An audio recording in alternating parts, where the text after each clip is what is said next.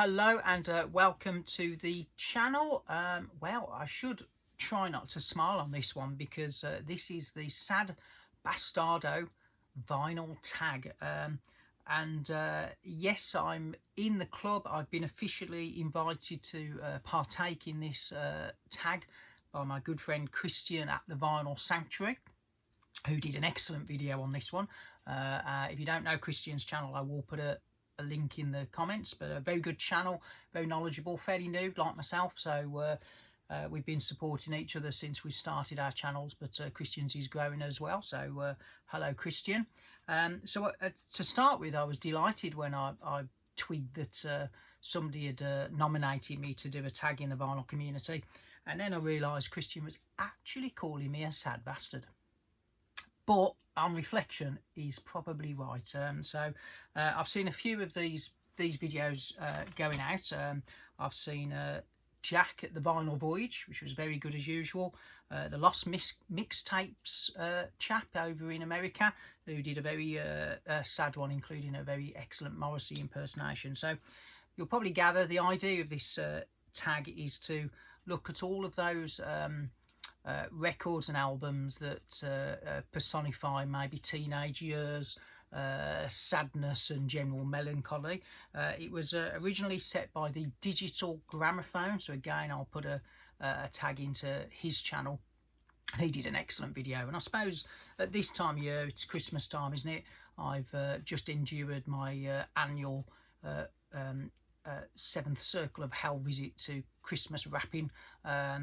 So I've managed to do all the wife's presents this morning, but I always leave it to as late as possible. I'm not allowed to wrap anybody else's presents because my present wrapping is rubbish, but there are people out there who maybe this time of year is not such a happy occasion, and I sometimes get a little bit down at this time of year because the weather changes, it's not sunny anymore, you can't go and play golf or walk up a mountain, and even going record shopping when it's blowing a gale and blowing a blizzard is sometimes not so much fun. So you know, but as Mrs. Gav Axman Spins reminds me, there are people out there who are no longer here and who would have loved to have seen another Christmas. So so although this is a sad tag, we'll not be too down about it, and we'll show some very good music, but it might all be a little bit on the downbeat side.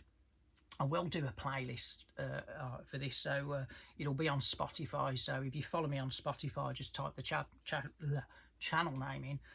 You can wallow in 12 tracks of misery to get you in the mood for Christmas. So the first question was talk about an overplayed sad song.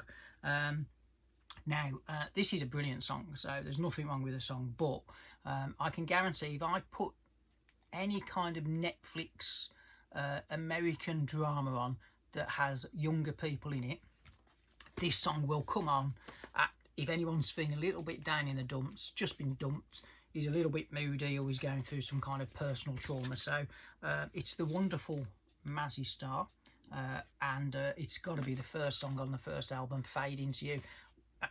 You know, it is I think it's an absolutely beautiful song, and this album is brilliant, but Netflix, please stop spoiling it by using it in every single drama that you put on.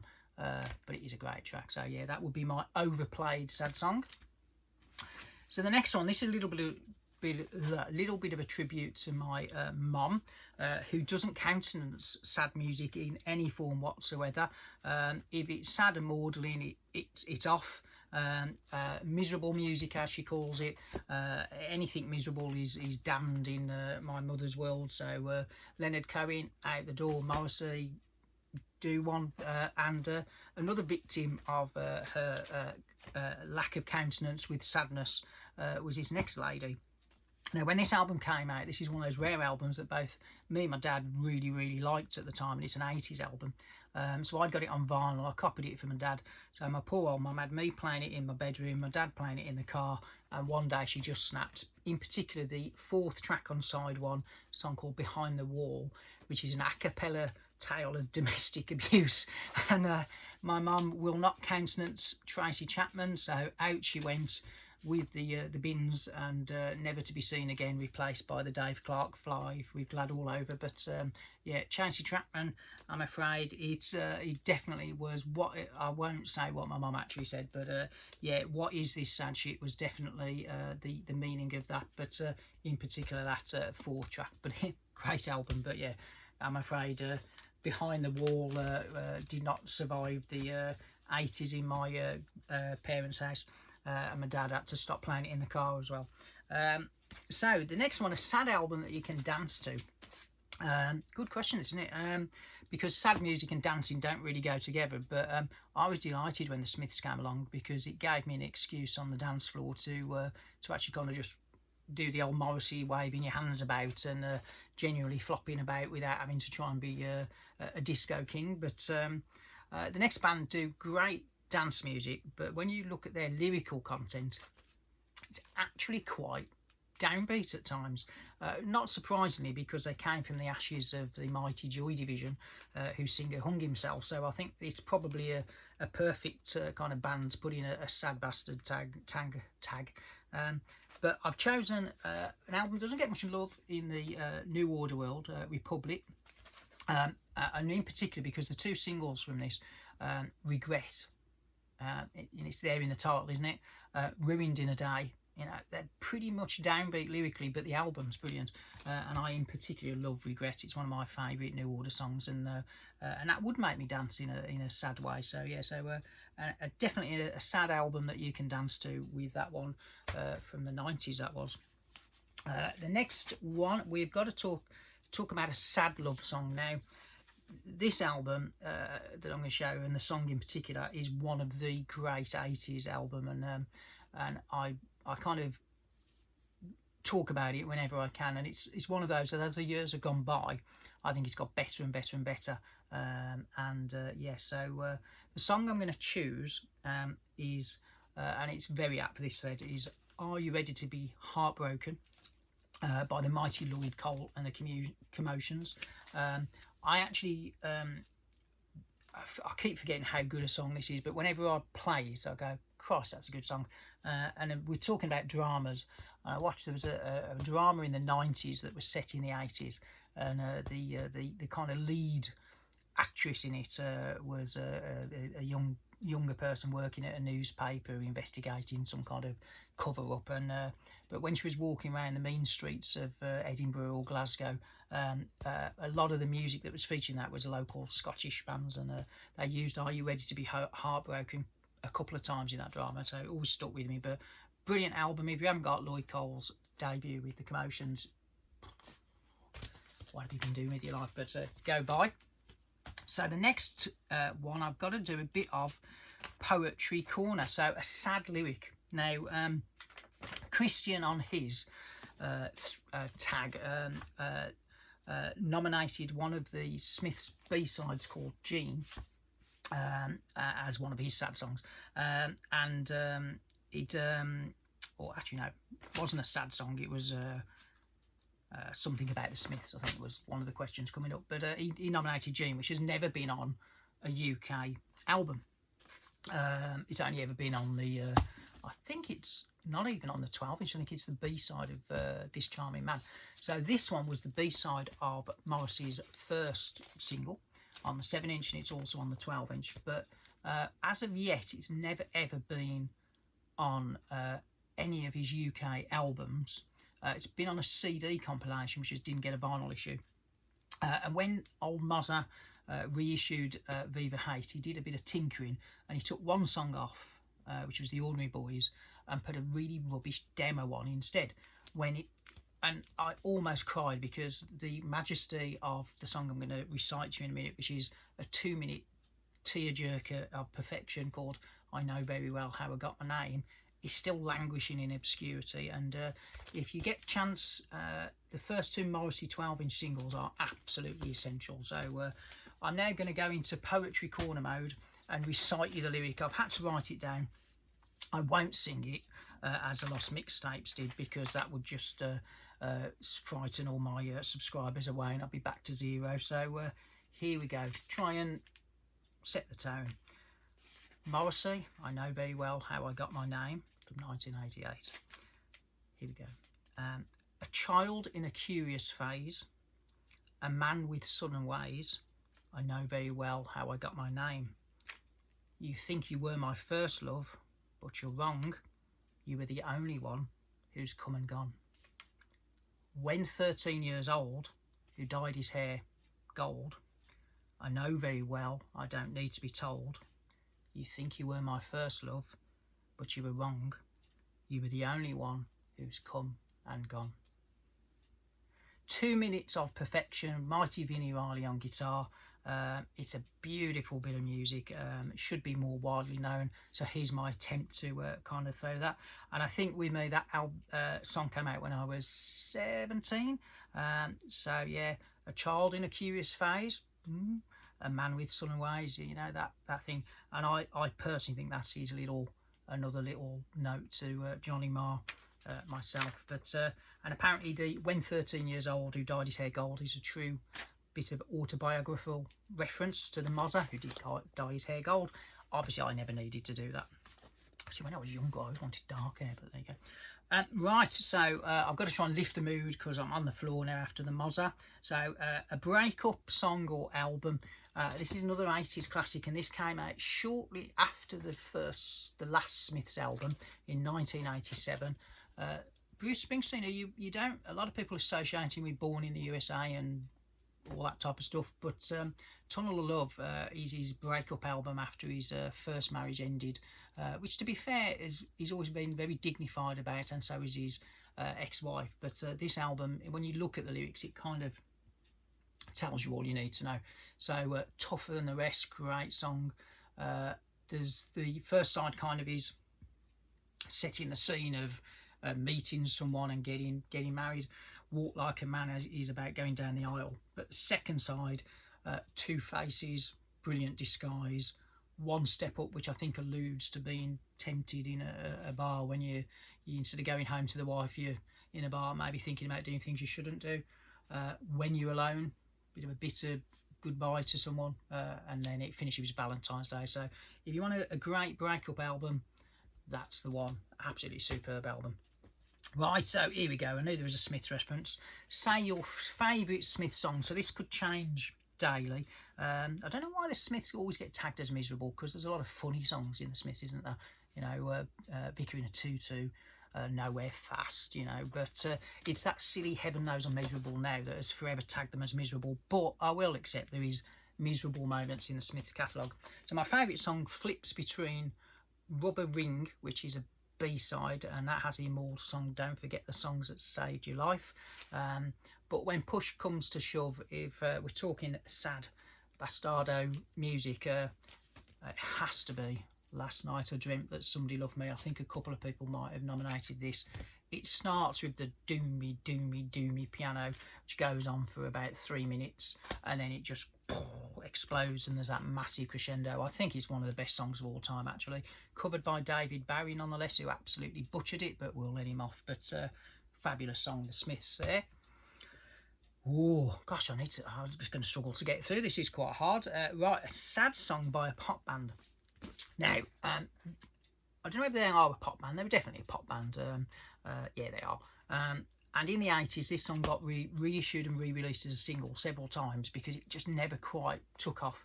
And I don't quite know why, because it's probably one of the greatest kind of songs of all time. And it's called When Love Breaks Down by Prefab Sprout from the Steve McQueen album. I saw not Paddy McAloon, I think it's his brother, and he's touring at the moment because the songwriter from Prefab Sprout, I think now, is agoraphobic, doesn't leave the house, quite sad. But with the blessing of Paddy, his brother, which I think is might be Michael McAloon, can't remember his first name now. He did a little acoustic show, and it's the first time he's done it. And when he did When Love Breaks Down, I think all you know, there's about probably 50 to 100 people in this little venue. All, I think, shed a tear. What a song that is. So yeah, one of my favourite songs of the 80s. So When Love Breaks Down, mighty Prefab Sprout. Next one, we've got to show a sad country song now. I'll be honest with you, my record collection doesn't have a fat lot of country music. I don't know why. I think it's because I'm an Englishman in the Midlands, and country music doesn't really equate over here. Maybe it was that fella doing Achy Breaky Heart that just put me off it for life. But this fella, I think there is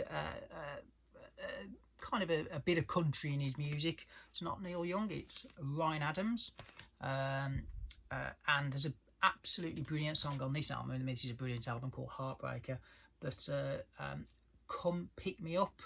Crikey Riley, what a song that is. When I saw him live, he did that. I think that was the last song of the evening. But the lyrics to that are just desolate.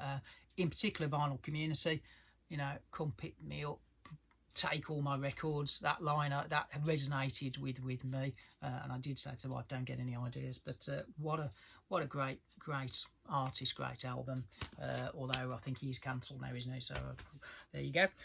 Right, number 10, a sad soundtrack. Now, when I was younger, I lived not a million miles away. In fact, it was about 4 doors away from the Clifton Cinema on the Walsall Road in Great Bar, for those from the Midlands.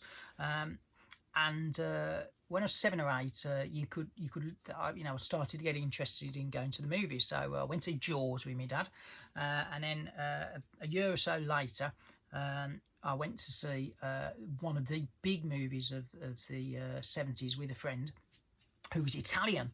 And I was trying to remember his name, actually. I know the first name was Vincent, but for the life of me, his second name, I can't recall, because for some reason, because he was Italian, none of us could pronounce his name. So he was just called Vincent Spatula. So I apologise to Vincent, but that stuck. It was a long time ago. But anyhow, me and Vincent Spatula went to see Saturday Night Fever. Now, this was quite traumatic for me, because there's a death scene in it when the bloke falls off the bridge. Spoilers, sorry. But as a youngster, when you think, if I go to a disco, I've got to dance like John bloody Travolta, that haunted me probably till I was about 15, 16, when I realised you don't have to dance like that. You can do your best Morrissey impersonation. And obviously when the 90s came along, you just swaggered along pretending you're Liam Gallagher. But Saturday Night Fever, oh my God, it's a sad, desolate film. Me and Vincent were most upset when the bloke fell off the bridge. And obviously for Take That fans, the original version of what's that song that they play at the end? Is it More Than a Woman? Oh, I've got that totally wrong, haven't I? I was thinking of How Deep Is Your Love. I thought that was on here. Oh, it is. Sorry, there you go. It's track 2. So How Deep Is Your Love, obviously, came back when Take That knocked it on the head. That was their final single, wasn't it, when they first split up? So it's a double tragedy of soundtracks. Tragedy, do you like the way I did that? So yeah, so the Bee Gees, Saturday Night Fever. That's my wife's, not mine. So there you go. Cost £2. Right, Happy When It Rains, to show just a desolately sad album. Now, I've read the autobiography of this person who's in a band, but he's really kind of a solo guy. And having read it, I understand why this record is such a down record. But I'm going with the Eels. It's a fabulous album, but it is almost a, you do well not to slash your wrists after this one. It's a proper sad album. Let me give you the song title. So I think a lot of this is about his sister, who sadly either committed suicide or tried to commit suicide. But he's had a pretty tough life as a marquee from the Eels. But Elizabeth on the bathroom floor, Going to Your Funeral, Cancer for the Cure, My Descent into Madness, Hospital Food, Electroshock Blues, Going to Funeral Part 2, Ant Farm, Dead of Winter, The Medication Is Wearing Off. Blimey, Riley. No wonder by the end of that album you really need to just go to bed and think about life, don't you? But a very sad album. But give him his due. He's bounced back and made a successful life, but he didn't have an easy life, did he? But and what a follow-up to a mega-selling debut. You go and release that. So a true artist who probably killed his career with that album, but very personal. Good one. And we need to lift things up. So right. So yeah, the shout out a corny sad song, or a corny song that is really corny. obviously the one that sprang to mind was that awful REM Shiny Happy People. Love REM, but that song is just beyond the pale. But I thought, what's a corny song that gets overplayed but actually secretly is rather brilliant? And he's a little bit sad. It's about going home or leaving or saying goodbye, I think. So I'm going with Rod the Mod, who's just torpedoed Greg Wallace from MasterChef spectacularly on the internet in the UK. So Rod Stewart with Sailing, from the album that a lot of people gave up on Rod after this one, didn't they? But it's got, I don't want to talk about it on it, but Sailing is one of those songs that throughout the the 70s was played to death, a little bit like something like Muller Kintyre, but secretly all these years later I still quite like it. So we'll try and lift us up from the Eels album, and we'll still a bit reflective and sad, but sailing hopefully to across the stormy waters to a brighter future.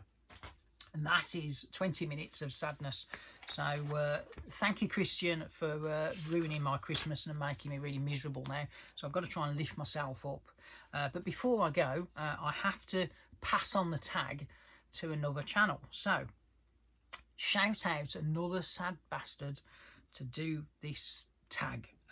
Now, as of filming this, which was the 13th of December, and it's a Friday, tempting fate, this person hasn't done this tag yet, so I'm going to nominate my good friend, record buying buddy and road trip hero, David Atkinson, who has alluded on a couple of his videos to he's kind of doing his life story via years in music. And on one of them, he alluded to breaking up with a ballerina. So I think David's got some sad tales to tell. I think she was a Russian spy myself, but don't tell him. So I'm going to tag David Atkinson at Life Matters to have a go at doing the sad bastard thread tag and join the club of sadness. I'm really going to go off now and cry into my beer or coffee because it's a bit early in the day. And thanks for watching this, and I hope that wasn't too sad. I will put links to the Samaritans and Crisis and all that type of stuff in the tags as well. So thanks for watching, and have a good Christmas and a Happy New Year. Bye bye.